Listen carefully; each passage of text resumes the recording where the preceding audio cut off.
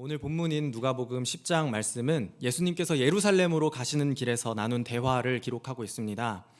누가복음 전체의 구조를 크게 나눈다면 첫 번째로는 예수님께서 사역하시기에 이전 시기, 그리고 두 번째로는 갈릴리를 배경으로 하고 있는 예수님의 사역의 초기 모습, 세 번째는 갈릴리로부터 예루살렘으로 가시는 길, 네 번째는 예루살렘 성전에서 예수님께서 가르치시고 행한 일들, 마지막으로 다섯 번째는 예수님께서 고난받으신 일들에 대해서 나눌 수 있을 텐데요. 오늘 본문인 10장 말씀은 예수님께서 갈릴리에서 예루살렘으로 올라가시는 길이라는 가장 중심이 되고 커다란 부분 안에 위치한 본문입니다. 누가복음 9장 51절 말씀입니다. 예수께서 승천하실 기약이 차감해 예루살렘을 향하여 올라가기로 굳게 결심하시고. 아멘. 물론 이 자리에 함께 동행하는 제자들은 알 수 없었지만 예수님께서 예루살렘으로 올라가시겠다라고 결정하신 것은 예수님께서 이제 죽으시기로 결정하셨다는 것, 십자가의 죽음을 굳게 결심하셨다는 의미를 가지고 있습니다. 그래서 특별히 누가복음과 또 누가복음의 중심이 되는 예루살렘으로 향하는 여행의 이야기는 예수님을 따르는 길, 즉 제자도에 큰 관심을 가지고 있다는 것을 우리는 발견할 수 있습니다. 이런 맥락 속에서 오늘 본문인 누가복음 10장 말씀은 예수님과 율법교사 한 사람과 묘하게 긴장감이 흐르는 대화를 나누는 것으로 시작하고 있습니다. 누가복음 10장 25절 말씀인데요. 다시 한번 같이 읽어보겠습니다. 어떤 율법교사가 일어나 예수를 시험하여 이르되 선생님, 내가 무엇을 하여야 영생을 얻으리이까? 아멘. 오늘 말씀에서 율법 교사는 예수님을 시험하기 위해서 내가 무엇을 하여야 영생을 얻으리까 하는 질문으로 예수님과 대화를 시작합니다. 예수님을 시험하기 위한 의도가 숨어 있다고 하더라도 우리는 이 율법 교사의 질문 안에서 영생에 관한 관심을 가지고 있다는 것, 이 율법 교사가 영생에 대한 관심으로부터 이 대화를 시작하고 있다는 것을 알게 됩니다. 우리는 이 본문이 기록하고 있는 선한 사마리아인 이야기를 생각할 때 낯선 타인에게 자비를 베풀었던 사마리아인의 이야기를 생각하고 또 도덕적으로 윤리적으로 본받을 만한 사람을 쉽게 떠올릴 수 있습니다. 그래서 예수님을 따르는 제자의 삶에서도 이런 자비가 나타나야 한다, 이런 훌륭한 탁월한 도덕적인 윤리적인 모습이 나타나야 한다고 연결지어서 생각해낼 수 있습니다. 그러나 본문의 주제는 단지 도덕적이고 윤리적인 생활에만 국한되지 않는다는 것입니다. 왜냐하면 율법 교사의 물음이 그의 영적인 관심에서 출발하고 있기 때문입니다. 그래서 우리는 참된 제자도가 내가 무엇을 할 것인가의 문제가 아니라 먼저는 영생에 대한 깊은 묵상으로부터 출발해야 한다는 것을 발견할 수 있습니다. 무엇을 하여야 영생을 얻으리까 하는 그 율법 교사의 질문에 예수님은 율법이 무엇을 말하고 있는지 율법 교사인 너가 잘 알고 있지 않느냐며 반문하십니다. 율법을 가르치는 이 율법 교사에게 예수님의 질문은 너무 쉬운 것 아니었을까요? 하나님 사랑과 이웃 사랑, 이 율법 교사의 대답에 이어지는 예수님의 말씀처럼 이 율법 교사의 대답은 옳은 대답이었습니다. 그렇지만 어떤 누구를 내 이웃으로 인정할 것인지에 대해서는 율법 교사와 예수님의 생각이 조금 거리가 멀어지는 것 같습니다. 두 사람의 다른 생각의 거리를 좁히기 위해서 누가 나의 이웃이 될 것인가에 대한 이 생각의 거리를 좁히기 위해서 오늘 예수님께서는 우리에게도 잘 알려진 선한 사마리아인 이야기, 강도 만난 자의 비유를 통해서 율법 교사가 스스로 깨달을 수 있도록 돕고 있습니다. 예수님의 강도 만난 자 이야기는 누가복음 10장 30절로부터 시작하는데요. 10장 30절 말씀에서는요, 예수께서 대답하여 이르시되 어떤 사람이 예루살렘에서 여리고로 내려가다가 강도를 만나매 강도들이 그 옷을 벗기고 때려 거의 죽은 것을 버리고 갔더라. 아멘. 이 예루살렘에서 여리고로 내려가고 있는 이 길이 아둠민 비탈이라는 것에 많은 학자들이 동의하고 있습니다. 이 비탈 길의 좁은 산길의 이름은 아둠밈인데요. 이 아둠밈은 붉은색, 붉다라는 이름의 뜻을 가지고 있습니다. 아둠밈 비탈은 여리고와 예루살렘을 연결하고 있는 상업도로였기 때문에 실제로 이 길에서 강도를 만날 수 있는 가능성이 꽤 있었다고 합니다. 그래서 초대교회 지도자 중 한 사람은 강도로부터 피해를 입은 사람들이 흘린 피가 땅과 바위에 적셔서 이 길의 이름이 붉다, 아둠밈이 되었다라고 그렇게 남기기도 했습니다. 예수님은 실제로 있을 법한 이런 상황들을 통하여서 강도 만난 자의 이야기에 쉽게 몰입하고 또 그것에서 쉽게 진리를 찾을 수 있도록 그렇게 도우시고 계신 것이죠. 우리는 긍휼이 많은 사마리아인의 이야기를 들으면서 그의 도덕적이고 윤리적인 태도와 약자를 향한 돌봄으로 이야기를 마무리할 때가 있습니다. 그러나 아까도 말씀드렸던 것처럼 이 이야기의 출발은 분명 영적인 관심과 영생에 대한 탐구였음을 우리가 깨닫게 됩니다. 영생을 얻는 방법에 대한 예수님의 대답은 너도 가서 이렇게 행하라는 것입니다. 율법을 지켜서 온전히 행하는 것, 그리고 어떤 사람이 너의 이웃이 될 수 있을지를 생각해서 그 생각을 확장해 보라는 것, 그것이 예수님의 대답이었습니다. 그러면 율법교사는 여기에서 이 대화를 통해서 영생을 얻는 방법에 대한 자신의 질문에 대한 해답을 어느 정도는 얻었다고 이야기할 수 있을까요? 이야기할 수 있을 것 같아요. 어느 정도 답을 얻었다고 말할 수 있겠죠. 이제 그가 예수님으로부터 들은 그 말씀을 실천할 것인지, 그 삶에서 어떻게 행할 것인지는 율법교사에게 달려 있겠지만 그래도 어느 정도 대답은 들었을 것이라고, 그것을 확신할 수 있었을 것이라고 생각할 수 있는 것이죠. 그런데 여러분, 우리는 긍휼과 자비를 베푼 사마리아인의 이야기를 들으면서 예수님의 그 이야기 안에서, 그 비유 안에서 율법교사와 똑같은 질문을 하고 있는 한 사람을 보게 됩니다. 그는 바로 강도 만난 자입니다. 누가복음 10장 30절 말씀인데요, 저희 다시 한번 같이 읽어보겠습니다. 예수께서 대답하여 이르시되 어떤 사람이 예루살렘에서 여리고로 내려가다가 강도를 만나매 강도들이 그 옷을 벗기고 때려 거의 죽은 것을 버리고 갔더라. 아멘. 무엇을 하여야 영생을 얻으리이까? 무엇을 하여야 생명을 얻으리이까? 하는 그 질문은 오늘 이 강도 만난 자에게는 처절한 외침이고 현실의 문제였습니다. 율법교사에게 생명이라고 하는 것은 강도 만난 자에 비하면 굉장히 배부른 소리일 수 있었겠죠. 하지만 강도 만난 자에게 생명은 그에게는 지금 모든 것입니다. 그에게는 단지 생명이 필요했고 그것이 지금 절실하게 필요한 초라한 인간일 뿐이었습니다. 그는 길을 지나가던 도중에 예상치 못한 사고를 당했습니다. 강도들은 그가 가진 옷을 빼앗고 벗기고 때려서 그를 거의 죽게 만들었습니다. 그의 몸은 상처가 입었고 생명의 기운이 그의 육체 바깥으로 빠르게 도망치는 그런 상황이었습니다. 그가 당한 정신적인 상처는 어떤가요? 예기치 못한 폭력을 당함으로 놀란, 그리고 두려워하는 그의 육신과 정신은 완전히 만신창이가 되어버린 것이죠. 그래서 그 가운데에서 무엇을 하여야 영생을 얻으리이까? 무엇을 하여야 내가 생명을 얻으리이까? 하는 그 말씀이, 그 질문이 오늘 이 강도 만난 자에게는 처절한 그리고 현실적인 문제였다는 것을 우리가 다시 한번 돌아보게 됩니다. 사랑하는 성도 여러분, 겉으로 보았을 때 거의 죽은 것과 다름없는, 이제 곧 죽음을 앞두고 있는, 생명의 불빛이 꺼져가고 있는 강도 만난 자는 오늘을 살아가는 저와 여러분 한 사람 한 사람입니다. 죄의 영향력 아래에서 복음의 빛을 경험하지 못하고 그 어둠 가운데에서 스스로는 하나님의 영광에 이르지 못하는 그 누군가가 바로 강도 만난 자입니다. 욥과 같이 예기치 못한 고난을 만나서 고통에 신음하는 누구라도 강도 만난 자가 될 수 있다는 것입니다. 오늘 우리의 삶의 현장 가운데 만연한 그 폭력과 불의함을 보면서, 고통받는 사람들을 보면서 마음 아파하는 하박국과 같은 사람이 바로 오늘 이 시대를 살아가는 강도 만난 자들이라는 것입니다. 그런 성도님들 한 사람 한 사람에게 오늘 성령 하나님이 베푸시는 그 생명의 성령의 능력이 충만하게 임하기를 간절히 축복합니다.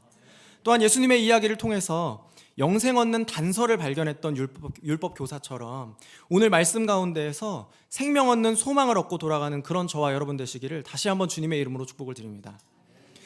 먼저 강도 만난 자와 같은 우리의 참된 이웃이고, 또 생명 없는 소망은 멸망할 자에게 생명의 능력을 주시는 예수님이라는 사실을 믿으시길 바랍니다. 우리에게 생명을 줄 수 있을 것으로 기대되는 세상의 것들은 사실 우리를 살리는 데에는 무능하거나 단지 보조적인 역할만을 할 뿐이라는 것입니다. 왜냐하면 참된 생명은, 영생은 세상이 줄 수 없는 것이기 때문입니다. 살아나갈 구멍은 스스로 만들어내는 것이 아니기 때문입니다. 오늘 우리를 살릴 수 있는 생명의 근원과 소망은 오직 예수님밖에 없음을 기억하는 저와 여러분 되시기를 소망합니다. 오늘 본문의 이야기 안에서 강도 만난 자를 발견한 사람은 사마리아인 한 사람밖에 없었던 것은 아니에요. 제사장도 그를 발견했고요. 레위인도 강도 만난 자를 발견했습니다. 누가복음 10장 31절부터 32절까지 말씀인데요. 마침 한 제사장이 그 길로 내려가다가 그를 보고 피하여 지나가고 또 이와 같이 한 레위인도 그곳에 이르러 그를 보고 피하여 지나가되. 예루살렘에서 여리고로 지금 내려가고 있는 제사장과 레위인도 강도 만난 자를 발견했다는 것입니다. 강도를 만난 그 어떤 사람이 누구인지는 분명하게 알 수는 없지만 오히려 아무런 설명도 하고 있지 않기 때문에 우리는 그가 유대인일 것이라고 자연스럽게 추측하게 됩니다. 그렇다면 제사장과 레위인은 강도 만난 그 어떤 사람을 도와줄 수 있을 거라고 기대가 되는 그런 사람이라고 이야기를 할 수 있습니다. 현대인들의 상식에서도 종교인들은 당연히 어려움에 빠진 사람을 도울 것이라는 기대를 가지고 있는 것이죠. 제사장과 레위인은 성전을 섬기는 사람들이었고 백성들의 예배를 돕는 사람들이었습니다. 종교적인 차원을 떠나서 어려움에 처한 사람을 돕는 것은 어떻게 보면 당연한 일이잖아요. 그러나 그들은 강도를 만나서 거의 죽어가고 있는 그 어떤 사람에게 아무런 도움도 주지 않았다는 것을 우리가 알게 됩니다. 이야기를 듣던 율법 교사와 그 주변에 있던 많은 사람들이 그 이야기를 듣고 조금 당황스럽지 않았을까요? 당연히 도움을 줄 거라고 생각했는데, 당연히 제사장이 나타났으면, 하물며 레위인이 나타났으면 그 안에서 어떤 도움이라도 베풀었을 것이라는 그런 이야기로 진행될 거라고 기대했는데, 이들이 아무런 도움도 주지 않고 죽어가는 사람을 외면하고 있는 그 장면을, 그 이야기를 듣게 되는 것입니다. 반면에 예수님의 이야기가 진행되면서 강도 만난 자와는 아무런 상관도 없고 기대도 되지 않는 그런 사람이 등장하게 됩니다. 그 사람은 바로 사마리아인입니다. 사마리아인을 만난 것이 의외인 이유는요, 먼저 이 이야기가 진행되는 그 흐름상 사마리아인이 등장하는 것이 굉장히 뜬금없기 때문이에요. 제사장이 나왔고 레위인이 나왔으면 그 다음에는 자연스럽게 유대인 평민들, 평범한 유대인들 이런 사람이 나와야 되지 않을까. 제사장, 레위인, 평범한 유대인 이런 식으로 좀 자연스럽게 진행되는 게, 이게 자연스러운데 건너뛰어도 한참을 건너뛴 거예요. 같은 민족도 아니고 그 오랜 기간 민족 차원에서 적대적인 관계로 지냈던 사마리아인이 등장하게 되는 겁니다. 또한 거룩하게 구별된 역할을 감당했던 제사장과 레위인과는 다르게 이 사마리아인은 그저 여행을 하는 사람이었을 뿐입니다. 아마 여기가 상업도로였으니까 상인이지 않았을까 추측해 볼 수 있을 것 같은데요. 강도 만난 자는 예루살렘에서 여리고로 내려가는 그 도중에 습격을 받게 되는데요. 그 장소가 지도로 찾아보니까 너무 유다 지역의 한 가운데인 거예요. 너무 유다 지역 가운데 있는 거예요. 그래서 아마 이 자리에 사마리아인이 나타나는 것도 굉장히 드문 일이 아니었을까라고 생각하게 되는 거죠. 그런데 여러분, 이 뜬금없이 나타난 사마리아인이 강도 만난 자에게는 무엇을 해야 영생을 얻을 수 있으리까? 무엇을 해야 내가 생명을 얻을 수 있습니까에 대한 해답이 되었다는 것입니다. 뜬금없게 나타났어도 그가 강도 만난 자에게는 생명의 해답이 된 것입니다. 가장 기대받지 못했던 존재가 이제는 가장 필요한 존재가 된 것입니다. 누가복음 10장 36절부터 37절인데요. 저희 다시 한번 같이 읽어보겠습니다. 내 생각에는 이 세 사람 중에 누가 강도 만난 자의 이웃이 되겠느냐? 이르되 자비를 베푼 자이니이다. 예수께서 이르시되 가서 너도 이와 같이 하라 하시니라. 아멘. 여러분, 오늘 이야기의 결론은 분명합니다. 기대를 못 받고 이 문제가 아니라 강도 만난 자에게 생명을 주었던 그 사마리아인이 바로 그의 이웃이라는 것입니다. 가만히 내버려뒀으면 언제 죽었어도 이상하지 않았을 강도 만난 자는 그의 참된 이웃인 사마리아인을 만나서 다시 살게 되었습니다. 여러분, 곧 죽어가는 자에게는 이웃이 따로 없습니다. 곧 죽어가고 있는 이 강도 만난 자에게는 유대인이나 제사장이나 사마리아인이나 그런 것들이 따로 있지 않습니다. 생명을 줄 수 있는 자가 그에게는 참된 이웃이 된다는 것입니다. 사도행전 4장 11절부터 12절 말씀인데요. 이 예수는 너희 건축자들의 버린 돌로서 집 모퉁이의 머릿돌이 되었느니라. 다른 이로서는 구원을 받을 수 없나니 천하 사람 중에 구원을 받을 만한 다른 이름을 우리에게 주신 일이 없음이라 하였더라. 아멘. 여러분, 아무런 기대도 할 수 없던, 아무런 기대도 걸 수 없는 그런 버려진 돌들이 건축물의 가장 기초가 되는 머릿돌이 되었다고 이야기를 합니다. 그리고 우리에게 구원받을 수 있는 유일한 이름, 생명을 얻을 수 있는 그 유일한 이름, 예수의 이름이 주어졌다라는 것을 우리가 믿습니다. 사랑하는 성도 여러분, 우리는 때로는 강도 만난 자와 같이 상처 입고 낙심하여서 이제 곧 죽을 것만 같은 절박함 속에서 하루하루를 버틸 때가 있습니다. 여러분, 그럴 때 우리는 우리의 상황을 극복할 수 있게 만들어주는 기대를 하게 됩니다. 무언가를 기대하게 됩니다. 우리를 그 상황에서 벗어날 수 있게 해줄 무언가의 소망을 두고 그것을 붙잡으면서 하루하루를 연명할 때가 있습니다. 그런데 우리가 기대하는 것이 우리를 살게 하는 것이 아니라는 것을 깨닫는 지혜가 있기를 축복을 드립니다. 우리가 기대를 걸고 의지하는 세상의 어떤 것이 아니라 우리에게 참된 생명을 주시는 우리의 참 이웃인 예수님께서 오늘 우리를 살려주시는 분이시기 때문입니다. 오직 예수 안에 참 생명이 있음을 기억하면서 멸망당할 인생의 유일한 소망이신 예수님 안에서 살게 되는 그런 저와 여러분 되시기를 주님의 이름으로 축복을 드립니다. 두 번째로 우리의 생명 얻는 소망이신 예수님은 의무가 아니라 긍휼로 살리시는 분임을 기억해야 합니다. 예수님께서 우리에게 생명 얻는 소망 되시기로 결정하셨을 때 그분의 역할과 직분 혹은 창조주로서의 책임감과 의무로 우리를 구원해야겠다 결단하신 것이 아니라는 것입니다. 예수님께서는 그분의 마음에서 우러나오는 긍휼과 사랑으로 우리에게 은혜를 베풀어 주시고 또 생명을 주신다는 그 사실이 오늘 저와 여러분들에게 소망이 되기를 소망합니다. 누가복음 10장 33절부터 34절 말씀인데요.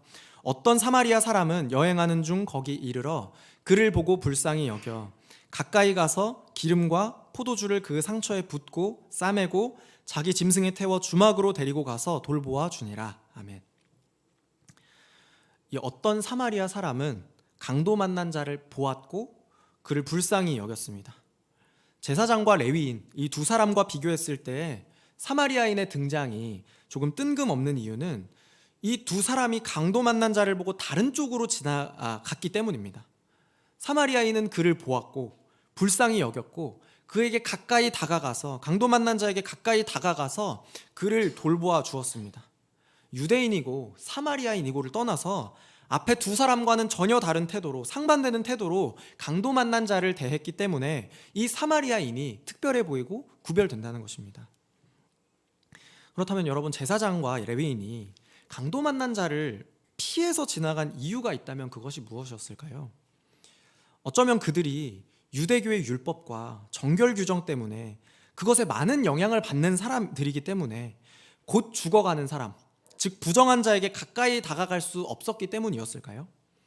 근데 여러분, 정황상 그렇지 않다는 것을 우리가 볼 수 있습니다. 왜냐하면 그들도 예루살렘에서 여리고로 지금 내려오고 있는 중이었기 때문입니다.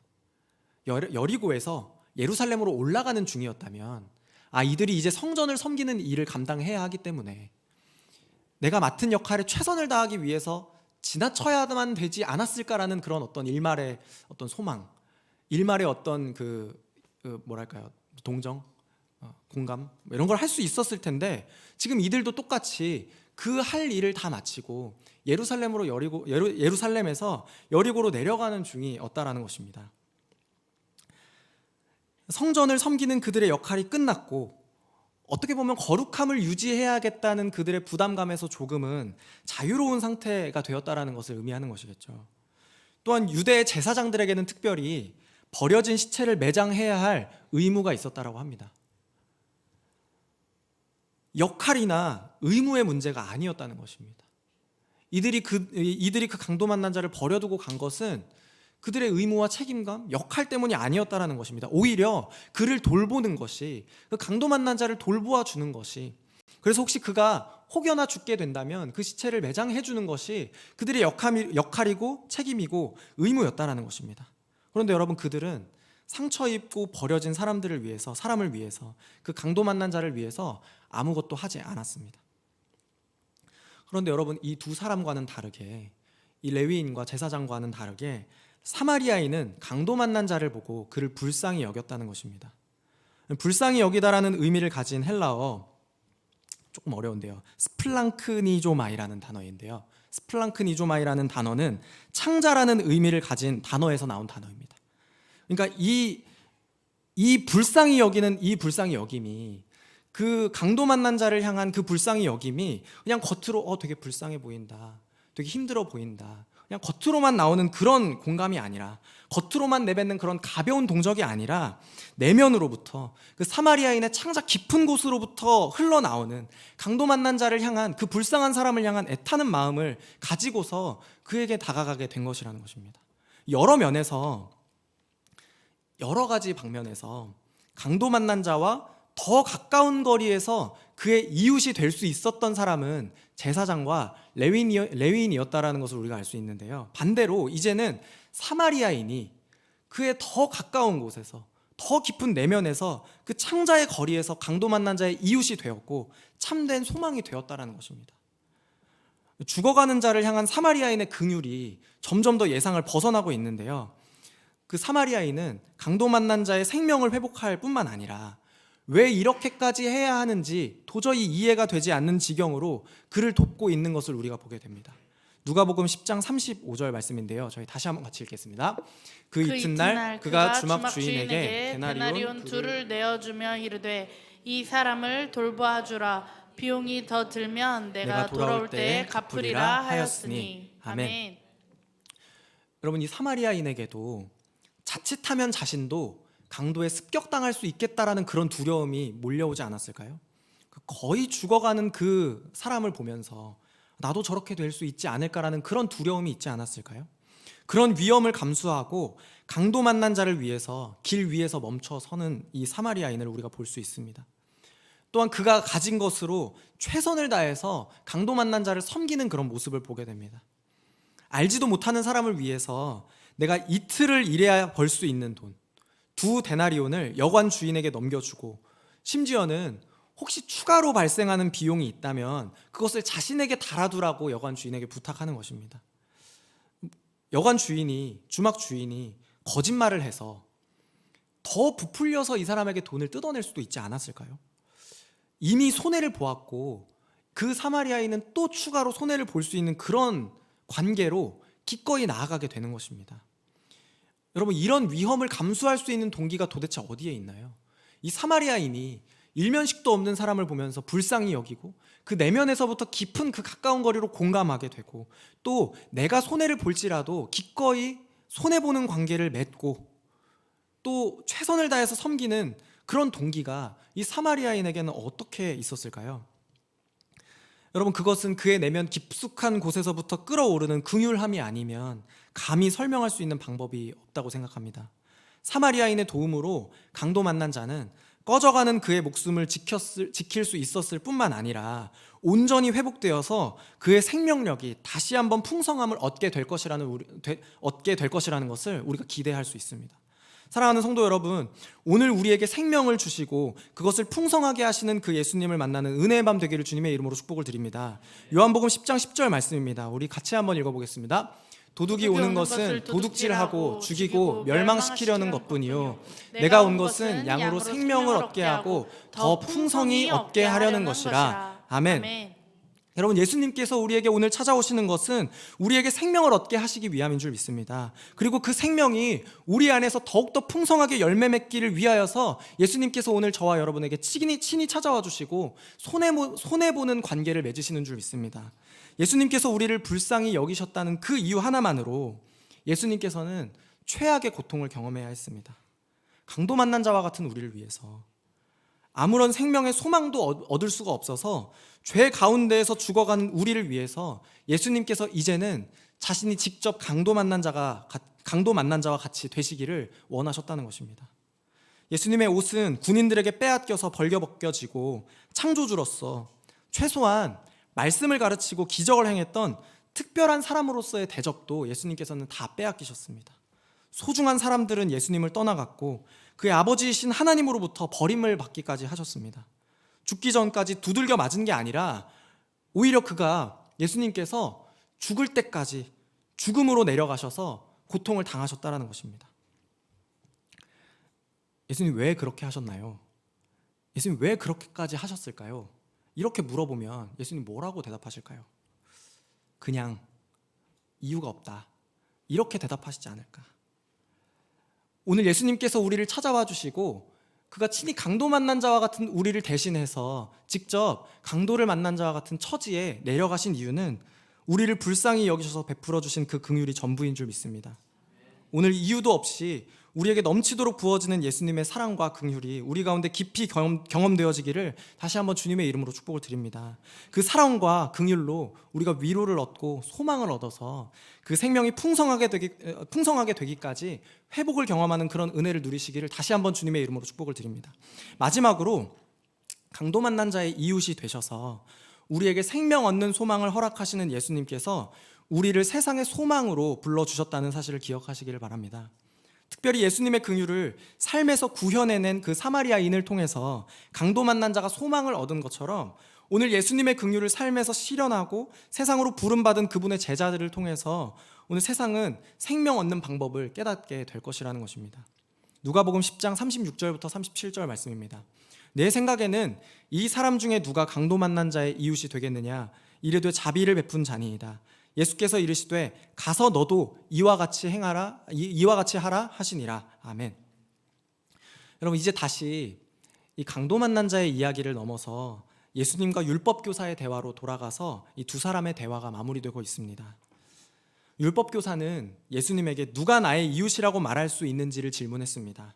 그런데 이제 이야기를 마치신 예수님께서 누가 강도 만난 자의 이웃처럼 행동했는지를 그에게 다시 되묻고 있습니다.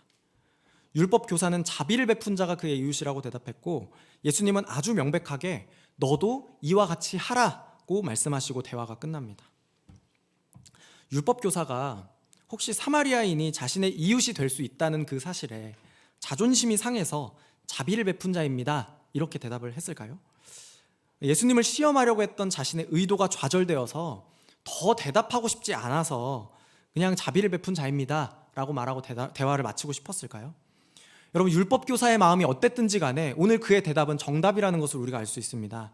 어떤 누가 이웃이 될 수 있는 것이 아니라 누구라도 이웃이 될 수 있다는 것입니다. 그가 고통 가운데 있는 자들을 자비와 긍휼로 대할 수 있다면 그가 사마리아인이라고 할지라도 참된 이웃이라고 불릴 자격이 있는 사람이 된다는 것입니다. 에베소서 2장 13절부터 14절 말씀인데요, 저희 다시 한번 같이 읽어보겠습니다. 이제는 전에 멀리 있던 너희가 그리스도 예수 안에서 그리스도의 피로 가까워졌느니라.